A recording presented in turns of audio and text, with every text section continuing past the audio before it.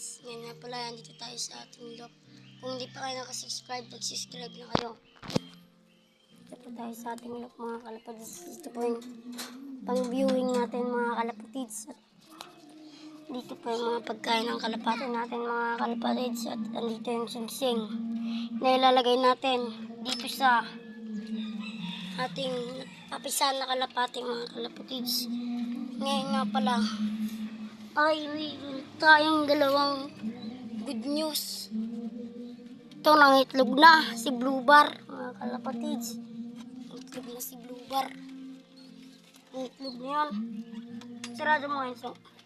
Ang itlog na yan si Blue Bar mga kalapatids. Yun po siya. Ito yung dalawang itlog niya. Ito si Balong mga kalapatids. So. Ito mga kalapatids.